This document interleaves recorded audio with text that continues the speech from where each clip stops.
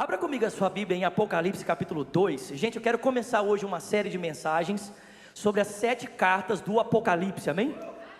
Tem alguém comigo aqui? Fala comigo, 7 cartas do Apocalipse, amém? Eu quero começar hoje pregando aqui a primeira carta que está aqui em Apocalipse capítulo 2, a partir do versículo de número 1. Você está empolgado? Alguém quer ouvir a voz de Deus aqui essa noite? Gente, a minha oração de Orlando até aqui foi: Deus, eu quero ouvir a sua voz, eu preciso ouvir a sua voz, amém? Eu não sei você, mas eu não vim aqui para falar apenas, eu vim aqui para ouvir, amém? Eu preciso ouvir Deus através da sua palavra. Mais alguém aqui? Mais alguém aí? Glória a Deus. Apocalipse 2, versículo 1 diz: ao anjo da igreja em Éfeso escreva: essas são as palavras daquele que tem as 7 estrelas em sua mão direita e anda entre os 7 candelabros de ouro. Conheço as suas obras, seu trabalho árduo e a sua perseverança. Sei que você não pode tolerar homens maus e que colocou à prova aqueles que diziam ser apóstolos, mas não são, e você descobriu que eles eram impostores. Você tem perseverado, tem suportado os sofrimentos por causa do meu nome e não tem desfalecido. Contra você, porém, eu tenho isso: você abandonou o seu primeiro amor. Lembre-se de onde você caiu, arrependa-se e pratique as obras que você praticava no princípio. Se você não se arrepender, virei a você, tirarei o candelabro do seu lugar. Mas há uma coisa que tem ao seu favor: você odeia a prática dos nicolaítas, como eu também as odeio. Aquele que tem ouvidos para ouvir, ouça o que o Espírito diz às igrejas. Ao vencedor darei o direito de comer da árvore da vida que está no paraíso de Deus, amém? Senhor, fala conosco nessa noite. Queremos ouvir a tua voz aqui nesse lugar, pela internet, aonde quer que essa celebração, ó Deus, chegue. Nós queremos ouvir a tua voz. Fala conosco. Nós precisamos do Senhor. A nossa religião, o nosso relacionamento não é apenas de uma via única. Não apenas nós falamos, mas o Senhor também fala, e nós queremos te ouvir. Dá-nos olhos para ver, ouvidos para ouvir e um coração sensível para receber tudo aquilo que o teu Espírito deseja falar ao nosso coração. Pedimos isso em o nome de Jesus. Quem crê, diga. Se eu te perguntasse nessa noite quais as palavras que você relaciona com esse livro da Bíblia, provavelmente algumas delas seriam medo, desespero, sim ou não? Muitas pessoas, ao lerem o Apocalipse, elas pensam que estão lendo um livro, ou praticamente essa palavra Apocalipse, ela ficou relacionada a medo, desespero, final do mundo, sim ou não, gente? Quem aqui alguma vez na sua vida, ao ler o Apocalipse, sentiu medo? Levanta a mão, seja sincero, vai. Eu lembro quando eu era criança, eu sempre fui fascinado com esse livro, né? Criança, muito cedo, eu tinha 9 anos, eu já fazia curso sobre o Apocalipse. Eu lembro que quando eu tinha 9 anos, na minha igreja tinha um curso sobre as 7 igrejas do Apocalipse, e eu fui lá para assistir esse curso. Eu era fascinado, mas todas as vezes que eu abria o Apocalipse para ler, eu tinha a sensação de que tinha um demônio na janela me espiando enquanto eu lia o livro. Alguém já teve essa sensação alguma vez na sua vida? Mas sabe o que é interessante? É que a palavra Apocalipse não significa nada disso. A palavra Apocalipse significa puxar a cortina, tirar o véu. A sensação que a gente deve ter ao ler esse livro é de estar sentado num grande teatro e esperando aquele momento em que a cortina vai se abrir, o enredo vai começar e o personagem principal vai entrar em cena para completar o seu enredo e a gente vê o grande final, amém? Amém? Quem aqui gosta de filme da Marvel aqui? Irmãos, vocês precisam converter, irmãos. Estou brincando. Mas assim, para quem gosta de filme da Marvel, algum outro tipo de filme que você assiste ele em série, exemplo, Senhor dos Anéis, Hobbit, alguém gosta de Senhor dos Anéis, Hobbit? Irmãos, misericórdia. Matrix, alguém gosta de Matrix? Melhorou, vai. Você fica esperando aquele grande finale, ok? O filme é um ato em 3 tempos. Então você fica esperando o primeiro ato, que apresenta o contexto, o segundo ato, o desenrolar da narrativa, e o terceiro ato, o ato final, em que você sabe que o personagem principal de alguma forma vai fazer alguma coisa muito importante para concluir aquele arco narrativo, amém? O Apocalipse é isso. O Apocalipse é o livro que abre a cortina para nós, e ele está apresentando o grande finale, o momento em que o ator principal da história vai aparecer para completar aquilo que ele já havia começado. Tem alguém comigo aqui, gente? A minha pergunta é: quem é o ator principal, irmãos? Jesus. Você está entendendo? O Apocalipse não é um livro sobre tragédia, o Apocalipse é um livro sobre Cristo. É um livro que abre a cortina para mostrar para nós o grande finale. Como é que vai acontecer? Como é que vai ser o último ato de Jesus, para que ele possa executar esse desfecho e a sua igreja permanecer com ele eternamente. Amém, irmãos? O Apocalipse é uma revelação de Jesus, ou seja, é o momento que a cortina vai ser aberta para nós percebermos um pouco mais sobre Jesus e a sua história. E sabe o que é interessante? É que se você ler o Apocalipse, você vai perceber de fato muitos acontecimentos que parecem trazer medo, né? Você vê ali várias bestas, você vê o dragão, você vê uma besta que sai do mar, uma besta que sai da terra. Mas sabe, irmãos, preste atenção, acima de todos esses assuntos que parecem complicados, está a pessoa de Jesus, amém? Vocês estão comigo, gente? Acima de tudo está o Cordeiro de Deus, o leão da tribo de Judá. E sabe o que é interessante? É que esse Cordeiro, esse ator principal, sempre aparece em cena com uma pessoa. E quem é essa pessoa? A igreja. Vocês estão comigo, gente? Esse ator principal no Apocalipse sempre vai aparecer em cena com a sua noiva, com a sua igreja. Amém, irmãos? Por quê, queridos? Porque eu não sei se vocês entendem isso, mas a igreja, ela tem prioridade nos assuntos de Jesus. A igreja não é um assunto secundário nas prioridades de Cristo, não. Nas prioridades de Cristo, a igreja é algo prioritário. Foi por ela que ele se fez carne, foi por ela que ele se entregou na cruz, foi por ela que ele ressuscitou, e é por ela que ele vai voltar para buscar para estar eternamente com ele. Então, irmãos, o Apocalipse revela a pessoa de Cristo, mas em relacionamento com a igreja. Essa pessoa que ele ama tanto, que foi capaz de dar a sua vida por ela, amém, irmãos? E quem abre o Apocalipse, você descobre que, é óbvio, o primeiro assunto a ser tratado depois de Jesus é a igreja, em 7 cartas. O número 7 no Apocalipse significa totalidade, completude.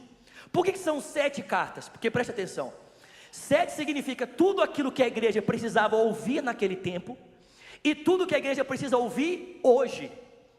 As 7 cartas representam a totalidade daquilo que Jesus precisava falar com a igreja naquele tempo, e com aquilo que ele precisa falar com a igreja hoje. Vocês estão comigo, irmãos? Ou seja, não significava que o fato de Jesus ter escrito uma carta para Éfeso, as outras cartas não serviam para Éfeso. Tu consegue entender? Não significa que porque Jesus endereçou uma carta para Esmirna, que só a carta de Esmirna servia para ela. Não. Todas as cartas serviam para todas as igrejas. Por quê? Porque de alguma forma essas 7 mensagens completam o que Jesus precisava falar com a igreja naquele tempo, e também completam o que Jesus precisa falar com a igreja nesse tempo. E vocês vão perceber que é literalmente isso aqui, amém? A primeira carta, ou a primeira igreja que Jesus dirige, é a igreja de Éfeso. E percebe, irmãos, essa igreja ela é muito especial. Por quê? Porque ela não apenas aparece em Apocalipse, mas ela aparece em um livro muito especial do Novo Testamento, que é o livro de Atos. O livro de Atos conta o surgimento dessa igreja, conta como Paulo chegou em Éfeso e começou a pregar o evangelho ali, e rapidamente o evangelho se espalhou como um fogo pela cidade. E por causa do evangelho se espalhar rapidamente, a Bíblia diz que grande parte da cidade veio a se converter, e as pessoas que se convertiam, elas eram antes ligadas a algum tipo de religiosidade baseada na feitiçaria. Então essas pessoas que se convertiam, a Bíblia diz que elas viam em praça pública, rasgavam os seus livros e faziam fogueira com eles. E, irmãos, preste atenção, a Bíblia diz ainda mais, que depois dessa grande conversão de um número de pessoas ligados à feitiçaria, queimando os seus livros, a Bíblia diz que a presença de Deus envolveu a cidade de uma forma tão grande, que era possível perceber a glória de Deus nas ruas.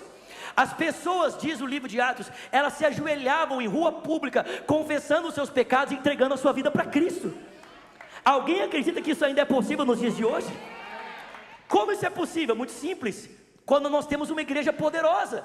Uma igreja poderosa, irmãos, implica em uma ação de Deus que envolve não apenas a comunidade local, mas envolve a cidade. Consegue entender, irmãos? É para essa igreja que Jesus está escrevendo. Essa igreja que primeiramente foi pastoreada por Paulo, depois foi pastoreada pelo apóstolo João, e depois foi pastoreada por Timóteo, irmão. Vocês estão entendendo isso aqui? Só gente mais ou menos, amém? Bem mais ou menos. Paulo, o apóstolo João e o discípulo direto de Paulo. É para essa igreja que Jesus está escrevendo. E eu não sei se você percebeu, mas essa igreja tem qualidades muito importantes que o próprio Jesus descreve. Em primeiro lugar, Jesus diz que essa igreja, era uma igreja muito bíblica, era uma igreja que amava a palavra de Deus. Jesus fala que o zelo dessa igreja pela Bíblia era tão grande, que eles haviam denunciado os falsos profetas, colocando eles para correr, provando que eles não pregavam a verdade. Vocês estão comigo aqui, gente? Presta atenção, a Bíblia não diz que os pastores das igrejas denunciaram os falsos apóstolos porque conheciam a verdade, não. A Bíblia diz que a igreja havia sido profundamente discipulada na verdade do Evangelho, e eles tanto conheciam essa verdade, que quando pessoas começaram a falar algo diferente daquilo que eles haviam aprendido com Paulo, com João e com Timóteo, eles começaram a dizer: cara, isso aí não é o Evangelho, isso aí não provém de Cristo. E a Bíblia diz que essa igreja colocou esses falsos apóstolos para fora, provando que eles eram mentirosos. Vocês estão comigo, gente? Essa igreja era uma igreja extremamente bíblica, ou seja, o pessoal gostava desse negócio de Bíblia, amém? Gostava desse negócio de evangelho de palavras. Vocês estão comigo? Segundo, o apóstolo João, ou o Senhor Jesus, através das palavras de João, vai dizer que essa igreja não apenas era uma igreja bíblica, mas também era uma igreja muito perseverante, uma igreja que era perseverante no seu trabalho, ou seja, era uma igreja ativa. Mesmo que houvesse dificuldades para o trabalho, esse pessoal estava ali incessantemente lutando e trabalhando pela causa do Senhor, amém? Ou seja, se você entrasse na igreja de Éfeso, você não ia ver ninguém sentado, acomodado, esperando que alguém fizesse por ele aquilo que ele mesmo deveria fazer.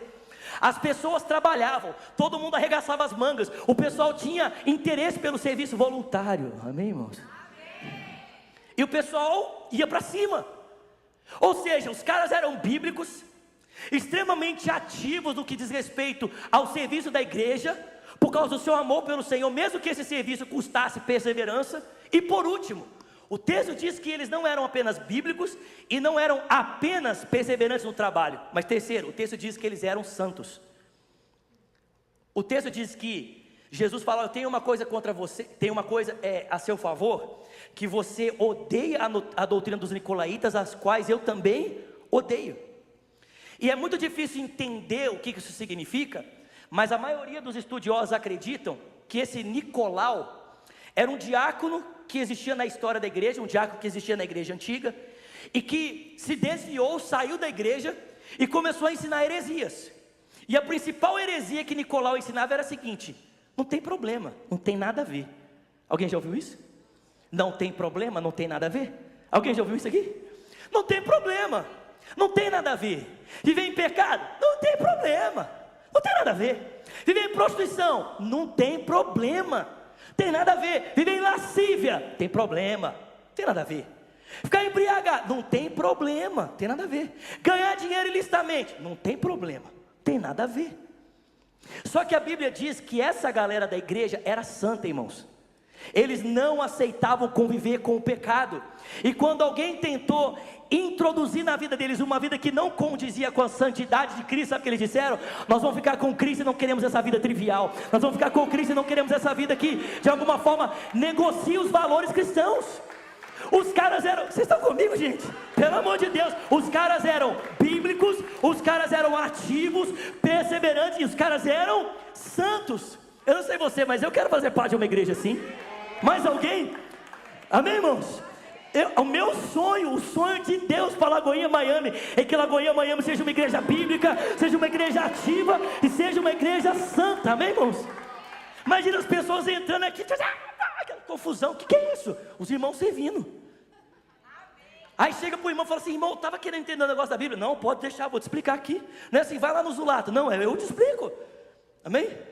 Eu falo para você, eu sei. Eu sou alguém que entendeu a Escritura e alguém que vive uma vida com Deus, amém, irmãos? Se você olhasse externamente para a igreja de Éfeso, era isso que você iria ver: santidade, amor à palavra e perseverança no trabalho. Só que quando Jesus olhou para além do externo, o texto começa dizendo: eu sou aquele que anda entre os candelabros com olhos como chamas de fogo. Quando Jesus olhou com esses olhos como chamas de fogo para além do visível e mirou o coração deles, Jesus disse: porém, tenho uma coisa contra ti. Irmão, presta atenção, só essa fala de Jesus já é para a gente tremer. Sim ou não? Vocês conhecem aquele texto de Romanos 8,31? Se Deus é por nós, quem vai ser contra nós? Mas e se Deus é contra nós? A pergunta é, quem é que pode ser por nós, irmãos? Eu não sei se você está entendendo, mas Jesus fala assim: eu tenho contra ti.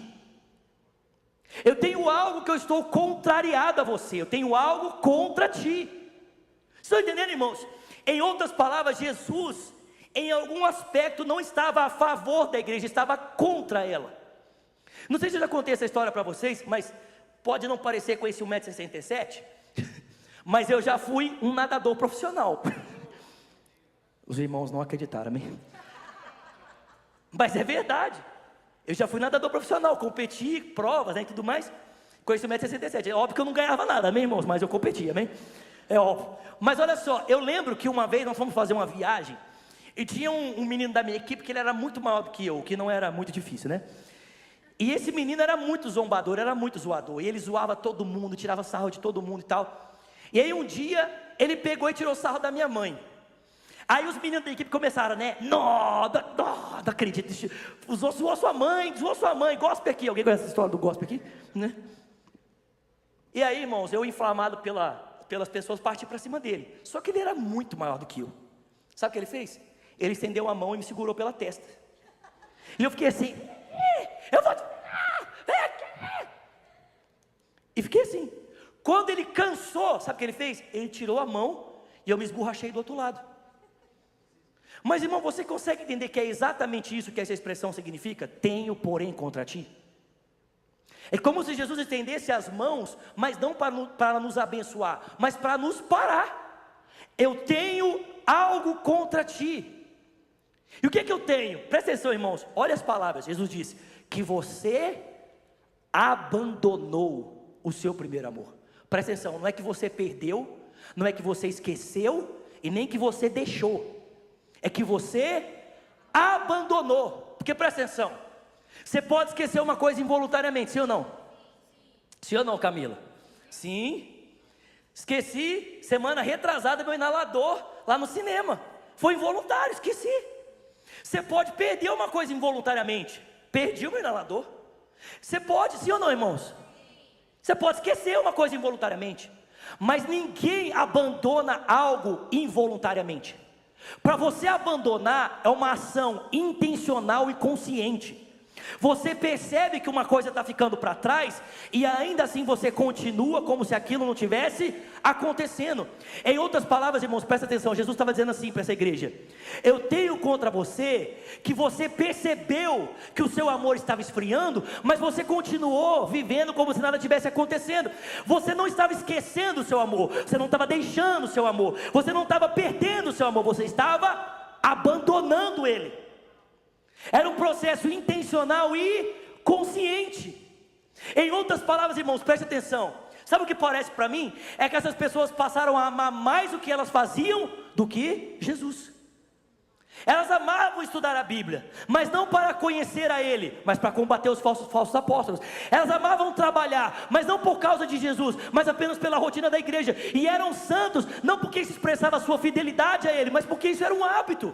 Não tinha mais a ver com o seu amor por Cristo, tinha a ver apenas com uma rotina. Estão entendendo, irmãos? Tinha a ver apenas com uma rotina, com algo que eles tinham aprendido a fazer. Não era o estudo para conhecer mais, não era o zelo no trabalho por amor a Ele, não. Apesar disso ser bom, mas isso não tem a ver com Jesus, irmãos. Isso é errado, desnecessário. Não sei se vocês entendem isso, presta atenção. Mas Jesus, o próprio Jesus, em Mateus 22, define a vida cristã para mim e para você da seguinte forma. Perguntou para Jesus, o que é ser cristão? O que é viver para Deus? Jesus fala assim, viver para Deus é amar Ele sobre todas as coisas e amar o próximo. O que é viver para Deus? Jesus diz, amar Deus e amar o próximo. Então você percebe que o núcleo da vida cristã é o quê? Amor. Irmão, presta atenção, se o núcleo da vida cristã é amor, se a gente tira o amor, o que é que sobra? Vou dizer para você, religião. É isso que sobra. A gente tira o amor da vida cristã, o que sobra é religião. Em outras palavras, o que essas pessoas tinham? Elas tinham religião, mas não tinham mais cristianismo. Elas tinham religiosidade, mas não tinham mais Jesus. Vocês estão entendendo, irmãos? Você consegue entender que para Jesus não faz sentido nenhum Ele ter aquilo que você faz, mas não ter o seu coração? Vou repetir isso aqui, amém? Você consegue entender que para Jesus não faz sentido nenhum Ele ter o que você é capaz de fazer, mas não ter o seu coração? Não faz sentido para Ele. Seria a mesma coisa que eu chegar em casa amanhã e falar assim para Virgínia: meu amor, olha só, comprei o presente para você e prometo que daqui para frente vou fazer tudo que eu me comprometi lá no altar quando nós casamos há quase 5 anos atrás. Mas olha só, não tem mais como eu te amar, não vou te amar mais. Então assim, vou fazer tudo certo, mas você não vai ter meu coração. Faz sentido ficar casado com alguém assim, irmão? Sim ou não? Não. Ou imagina minha esposa, eu chegar em casa, minha esposa tomou banho, fez tudo que eu gosto, está lá preparada, para a gente ter intimidade, e minha esposa fala assim: olha, Vinícius, daqui para frente, sim, vai ser tudo normal, como sempre foi, né, e tudo mais, só que assim, você não vai ter mais meu coração. Faz sentido, irmãos? Por que a gente acha que faz sentido ter um relacionamento com Deus em que Ele tem tudo de nós, menos o nosso coração? Hein, irmãos? Por que a gente pensa, se nós não queremos nos expor a um relacionamento desse jeito, por que a gente pensa que o Filho de Deus está disposto a uma relação conosco, que Ele vai ter tudo que nós podemos oferecer, mas nunca vai nos ter? Não sei se você entende, mas Jesus está dizendo assim: filho meu, dá-me o seu coração. Jesus falou assim: olha, eu tenho contra ti que você abandonou o seu primeiro amor. Volta para o lugar em que você caiu, se arrepende e volta a praticar as obras que você praticava no princípio. Irmão, presta atenção, não é muito difícil distinguir o verdadeiro amor de um amor falso, sim ou não? Sim ou não, irmãos? Não é muito difícil. Você sabe muito bem se você ainda está queimando por Jesus como no princípio, ou se você está só com o amor fajuto, mais ou menos, né? Aquela chama que fica assim, uma hora queima, outra hora não queima, uma hora está quase apagando, outra hora não está quase nem queimando. Sim ou não, irmãos? Cara, gente, vocês estão comigo aqui, irmãos? Presta atenção, quando você está no primeiro amor, meu filho, o negócio é salamanai. Sim ou não? Você fica... Sim ou não, queridos? Cara, eu não sei se você entende. Quando você está no primeiro amor, não tem dia, não tem hora, não tem dificuldade, não tem lugar. Você vive queimando por Jesus. Você está no culto, você está queimando, você vai embora, você vai queimando, você chega em casa, você está queimando, você acorda outro dia, você está queimando também. Se alguém fala para você assim: vamos orar, vamos ler a Bíblia, vamos buscar, por quê? Porque você está queimando, tudo que você quer é mais dele na sua vida. Mas, irmão, quando o negócio deixou de ser amor para se tornar religião, não é mais assim. Aí você começa a ficar cheio de frescura. Jesus fala assim: volta lá para o lugar do princípio. Volta a praticar as primeiras obras. Por quê? Presta atenção, irmãos. Porque senão, eu vou vir, presta atenção, eu vou arrancar o candelabro do meio de vocês. E se for o que ardia, nunca mais vai arder. Irmão, candelabro é aquele objeto que segura a vela, ok? Em Israel tinha um especial, que era de 7 bocas, lembra disso? Ele representava a igreja. Jesus está dizendo assim: se você não se arrepender e não voltar para mim, eu vou tirar de você a capacidade de iluminar o mundo à sua volta. Eu vou tirar de você a capacidade de ser luz para o mundo à sua volta. Você vai perder a habilidade de iluminar. Porque, irmão, você consegue perceber que essa igreja tinha tudo, mas não tinha quem? Jesus. Eles tinham tudo, menos Jesus. Tinham Bíblia, trabalho, santidade, testemunho, denúncia. Cadê Jesus? Cadê o amor por Ele? Jesus fala assim: se você não se arrepender, eu vou tirar o candelabro. Irmão, pasme, vocês estão comigo aqui? Pasme. Esses cristãos não se arrependeram. E se você for em Éfeso hoje, fica lá na Turquia, se você for lá hoje, você não vai encontrar nenhum cristão. Aliás, eu não sei se você sabe, mas a Turquia hoje é um dos lugares no mundo de maior concentração de muçulmanos. Não sei se você entende, uma igreja que antes existia e foi despertada por um avivamento que impactou a cidade, não sobrou nada, porque eles preferiram se apegar à sua religião do que se voltarem para Cristo. Perderam a capacidade de iluminar, e hoje essa igreja que existia não existe mais. Porque eu não sei se você entende isso, mas Jesus prefere perder, olha que loucura, ele prefere perder a sua capacidade de iluminar do que perder você. Ele prefere tirar de você aquilo que você pensa que dá conta, do que perder o seu coração para sempre. Não existe mais igreja, acabou, irmãos. E aí a minha pergunta não é só para você não, amém? Antes de a gente começar o culto, eu orei com os meninos e falei assim, essa mensagem antes de ser para qualquer pessoa essa noite, é para mim. Mas eu preciso perguntar para você, porque eu também estou me perguntando, amém? Como é que está o seu amor por Jesus? Você tem ainda uma vida cristã, ou você só tem religião? Você ainda tem amor por Jesus, ou só ficou o amor pelas coisas que pertencem a Ele, pelas coisas que são dele? Porque, irmão, o cristianismo não é sobre as coisas que nós fazemos, cristianismo é sobre Cristo. Ele é o centro, Ele é o foco. E, irmão, se nós não temos mais amor por Jesus, nós não temos nada.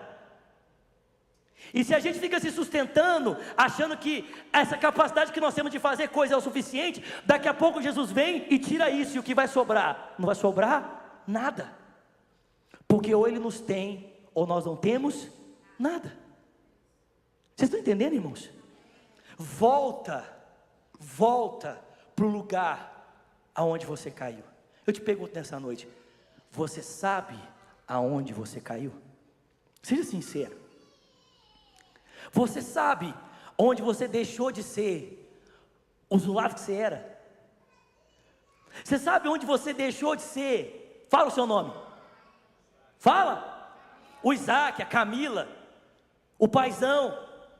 Você lembra onde você deixou de ser a pessoa que você era? Onde você começou a negociar o secreto? Onde você começou a negociar a sua intimidade com Jesus? Você lembra onde você começou a deixar de lado a pessoa para se apegar às coisas?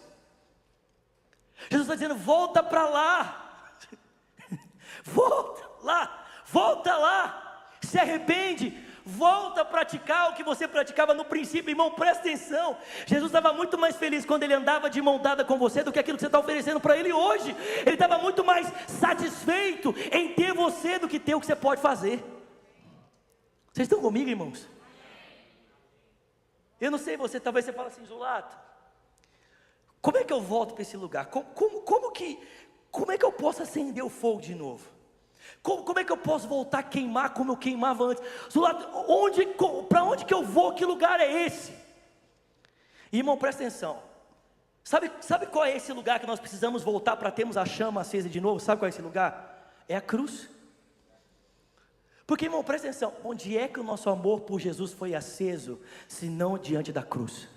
Da certeza que o Filho de Deus havia morrido por nós, se entregado por nós, e que a nossa vida nunca mais seria a mesma, porque Ele havia feito algo em nosso favor. Sim ou não, irmãos? A nossa vida não foi transformada baseada nesse fato, foi exatamente pelo fato de um dia nós termos conhecido Jesus. A gente falou assim, cara, não dá mais para viver da mesma forma, eu preciso mudar de vida, amém? A cruz acendeu em nós, a entrega de Cristo na cruz acendeu em nós uma nova vida, uma nova história. Sim ou não, irmãos? Aleluia! Ou seja, como diz o pastor Vitor Hugo, eu estou todo arrepiado, né? Irmão, presta atenção, se você quer o fogo de novo, você e eu precisamos voltar para a cruz, para aquele lugar em que nós entendíamos o sacrifício do Filho de Deus, que nós entendíamos a entrega dele, e o nosso coração vai ser aquecido de novo, por aquele fogo que emana da cruz. Aí, irmão, presta atenção, aí você fala assim, por que falta fogo na igreja? Muito simples, porque nós não falamos de cruz. Se nós não falamos de entrega, não falamos de morte, não falamos da morte de Cristo, da entrega de Cristo, não falamos do seu sacrifício por nós, como é que nós vamos ter fogo? Se o que aquece o fogo na vida de um cristão, o que acende a chama da vida nova dentro dele, é exatamente a consciência do sacrifício da cruz, como é que nós vamos ter fogo no coração se não temos cruz nos púlpitos, não temos cruz nas pregações, não temos cruz nas canções? O que acende o fogo é a consciência da entrega de Cristo na cruz. É isso, irmãos. Volta para lá. Volta para o lugar onde você caiu. Volta a praticar as primeiras obras. Volta. Irmão, eu não sei você. Eu sei, é perigoso falar isso. Mas eu prefiro perder o meu ministério do que perder Jesus. Eu prefiro perder o meu chamado do que perder Jesus. Eu não posso perder Jesus. Eu não posso perder Jesus. Porque não adianta nada ter isso aqui e não ter Ele. Qual é o sentido de pegar o microfone para falar dele e não ter a sua presença? Qual é o sentido, irmãos, de alguém cantar canções que falam sobre Ele e não andar no relacionamento com Ele? Qual é o sentido disso? Não há sentido. O ministério, a vida cristã, a vida na igreja só faz sentido se nós tivermos Jesus. Se nós tivermos Jesus, Ele é tudo o que precisamos.